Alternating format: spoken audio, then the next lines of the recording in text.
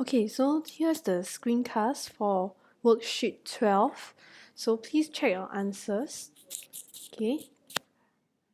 Now let's go through the answers one by one. Question 1. The above apparatus was used to investigate the product of combustion of a candle. It was found that water was collected in X. Okay, so we have some water in X, and the lime water in Y formed a white precipitate. Okay, so let's analyze what this statement means.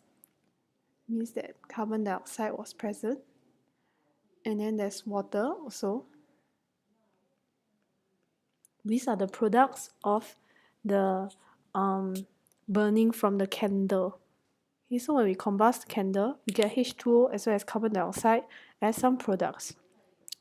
So it can be therefore concluded that a candle contains the elements carbon and hydrogen. We can't conclude that it is only carbon and hydrogen because we just know that these are the two possible products. We can't say that there's oxygen present as a product. Also, what we know is there must be carbon and hydrogen, since we know that the equation, when we burn hydrocarbons, we get CO2 and water. Question 2. In an experiment, 1 dm³ of hydrocarbon requires 3 dm³ of oxygen for complete combustion to give 2 dm³ of carbon dioxide. Which of the following molecular formula represents the hydrocarbon used in the experiment?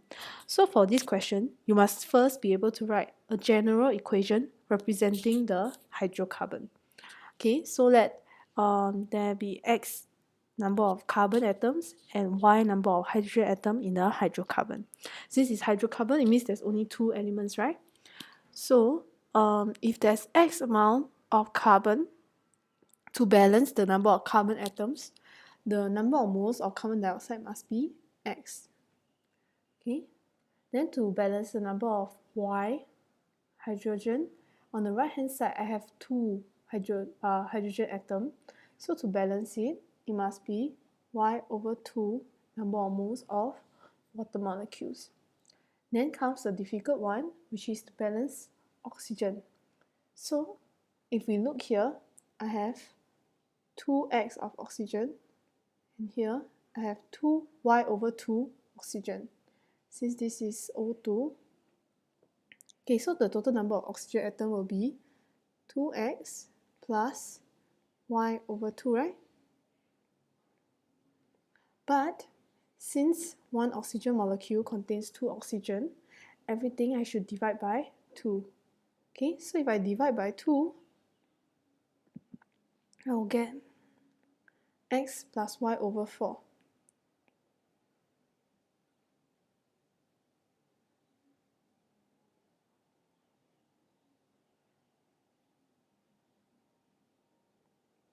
Okay, I'll get this amount of oxygen gas.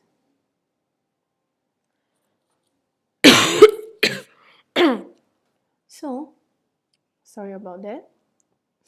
So, if we look at the ratio, 1 dm³ gives us 2 dm³ of carbon dioxide. So, the ratio of CxHy is to CO2 is 1:2. Therefore, I know that x equals to 2. So, it rules out the last two as possibilities. And then we have CxHy is to O2 is 1:3.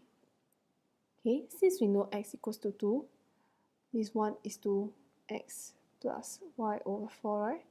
Since we know x equals to 2, let's just substitute it in. So 2 plus y over 4 equals to 3. Let's solve this equation. Y over 4 equals to 1, y equals to 4. Okay, if y equals to 4, then number of moles, then you just get the answer. So y equals to 4. So we have C2H4 as the answer. Answer is A. Question 3 can be predicted from their formula that the following compounds have the same Now you note that they have the same number of carbon and same number of hydrogen, so they are isomers. They may not have the same melting and boiling point because remember, the branch one has a smaller surface area, so weaker van der Waals, so less energy to melt and boil. Okay, solubility. Now we didn't teach you solubility, okay, but it is possible that they have different solubility because the interaction that they may have with the solvent is different now that they have different surface area, different shape. Okay, so the one that you are more confident with should be their composition by mass, because since they have the same number of carbon, C4H, then for both, they have the same composition by mass. So answer is D. Question 4. 5 structural formula are shown below. Which one of the following represents the same compound? Okay, to do so, always look for the longest chain. So here, the longest chain is just a straight chain. It is just pentane. Okay, for question 2, option 2, okay, the longest chain is 4 chain and the group is attached to the second carbon. So this is 2-methyl butane. Next, let's look at 3. The longest chain is this.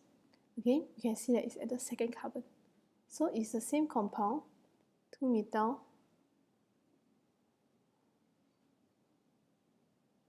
butane.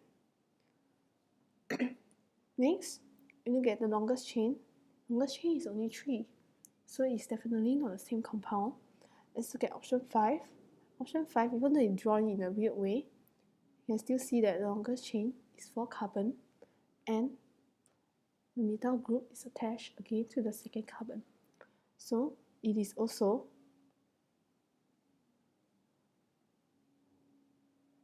2-methyl butane. Answer is 2, 3, and 5. Question 5.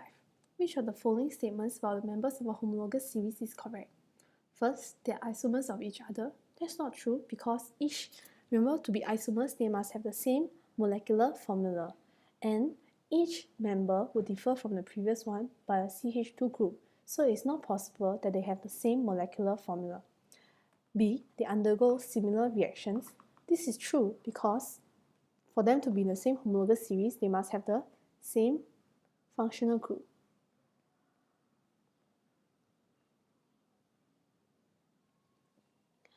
Okay, next, see, they have the same empirical formula. Is this true? This is not true. As we've seen in worksheet 11, they do not have the same empirical formula. For instance, let's say methane, CH4, versus ethane, which is C2H6. So, the empirical formula for methane is CH4, whereas the empirical formula for C2H6 is CH3. You can see that they are different. Okay. D, they have the same percentage composition by mass. Is this true? That's not true because again, the percentage composition actually can be related to the empirical formula. It is the percentage of carbon as compared to the whole compound or the percentage of hydrogen as compared to the whole compound, which means to say that if they have the same empirical formula, they will have the same percentage composition by mass. Therefore, answer is also not D. Okay, let's look at question 6. Octane is a member of the alkane homologous series. It has 8 carbon atoms per molecule. What is this molecular formula? Now this is very simple. We follow the formula CnH2n plus 2. If n equals to 8, then H is 16 plus 2, so 18. Answer is D. Question 7. Which of the following graphs shows the trend of boiling point of linear alkanes against the number of carbon atoms in each alkane? So you should know that boiling point should increase. Okay, but how do you know if it is A or B. Okay, C and D are out already, right? So actually, the increase is more like A, where because for small molecule, every additional CH2 group is a significant increase. For instance, let's say CH methane like this, compare it to ethane, the surface area is almost double, right? But if we compare a long chain alkane, let me just draw the skeletal formula. If let's say I compare this compound to this compound, you can see that the increase in surface area is less significant. Hence, when it gets as the chain gets longer and longer, each subsequent increase in CH2 group does not affect the boiling point as much, since the increase in surface area is also not as significant. Whereas if it's from the small alkane, if we look at the lower number of carbon, we can see that each increase is very significant. It can double the surface area. So therefore, there's a greater increase in surface area when n is a smaller number. Question 8. Which one of the following statements concerning alkanes is correct? A. They undergo addition reactions. This is false. I have not taught you that. We said that if there's two possible reactions, one is combustion, the other is free radical substitution. So it's a substitution reaction. B. They have the same empirical formula. Again, it's not true. Just now we show you already. If you don't remember, let's move. It will be in question 5. Okay. C. They occur naturally in crude oil. This is correct, as we have shown from the production of alkanes. D. They react with organic acids to form esters. This is false. I didn't teach you this reaction. Okay. Question 9. What happens when 1 mole of ethane is mixed in the dark at room temperature with 6 moles of chlorine? This is a trick question. Okay, note that this is ethane and it's in the dark. If it's in the dark, there is no UV light. If there is no UV light, then FRS, free radical substitution, cannot take place. So answer is A, there's no reaction. Question 10. Which of the following could not be produced when methane reacts with chlorine in the presence of UV light? Now, this one, we need to think of what are the possibilities. Okay, remember CH4 plus Cl2 gives us CH3Cl plus HCl. Okay, so just by looking at this, you can eliminate some of the choices. HCl is obviously produced, so this is out. Chloromethane is also produced, so this is out. Is it possible to produce tetrachloromethane? Yes, so long as the substitution takes place more than one time. But you note that we will never have hydrogen gas being produced. For hydrogen gas to be produced, we will have hydrogen radicals, which actually are not formed throughout the reaction if you look at the mechanism. So therefore, answer is D. 11. Ethane was reacted with excess chlorine until there was no further reaction. What is the relative MR of the organic product? Okay, so again, what is ethane? Ethane looks like this.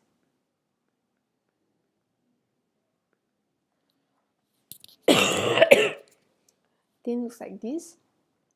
So if it is in excess chlorine until there's no further reaction, it means that it is possible for all the hydrogen to have been substituted by chlorine. So we will end up with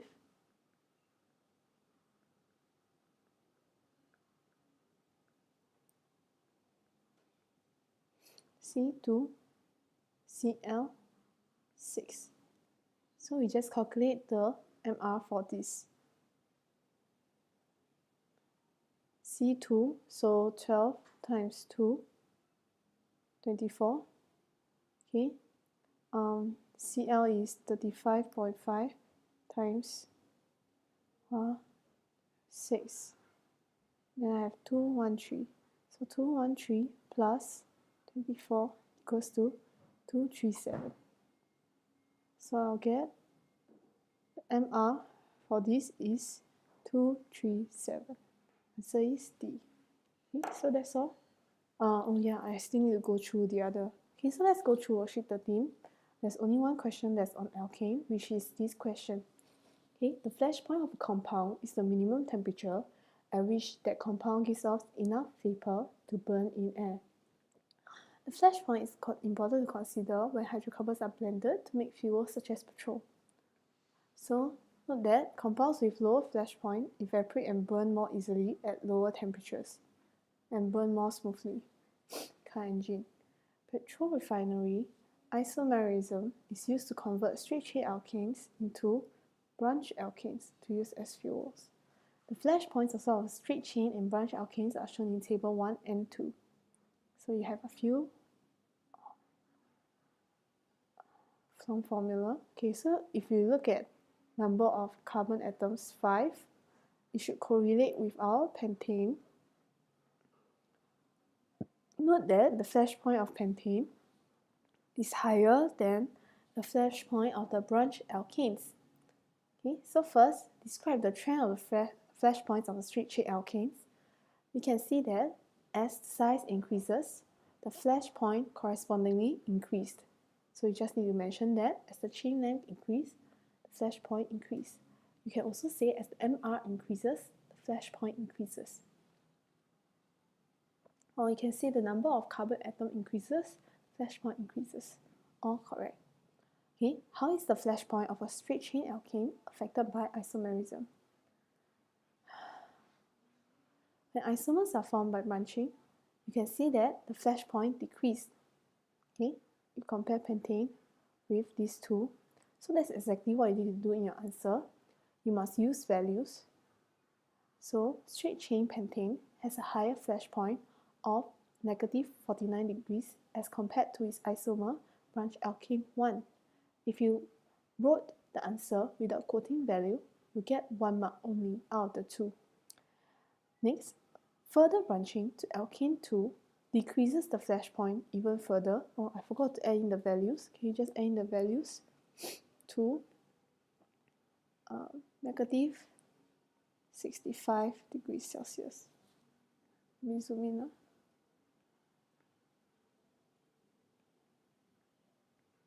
So I think most of you will miss out the second mark where they said further branching will decrease the flash point even further. Okay? So what you need to spot here is that pentane has 2 branch isomers over here, and you can see that the flash point will keep decreasing every time we branch it. Now question C is an application question. Petrol contains the straight chain octane. Other compounds are added to improve the performance of the fuel. However, in cold countries, winter blend petrol is sold. These contain increased amount of compounds that included pentane and branch alkane too. Explain how and why this mixture works better than pure octane alone. Okay, so if you remember what's stated here, compounds with lower flash point evaporate and burn more easily at lower temperatures. So when the average temperature is low, we want to have fuels with lower flash points. If not, it can't catch fire and they can't burn things. So we add in pentane and branch alkane too to lower the flash point further so that the fuel can be ignited more easily. So first, you must state why do we want fuels with lower flash point. Secondly, you state that when we add in pentane and branch alkane too, it lowers the flash points. So that concludes this screencast on worksheet 12 and 13 on the alkane questions.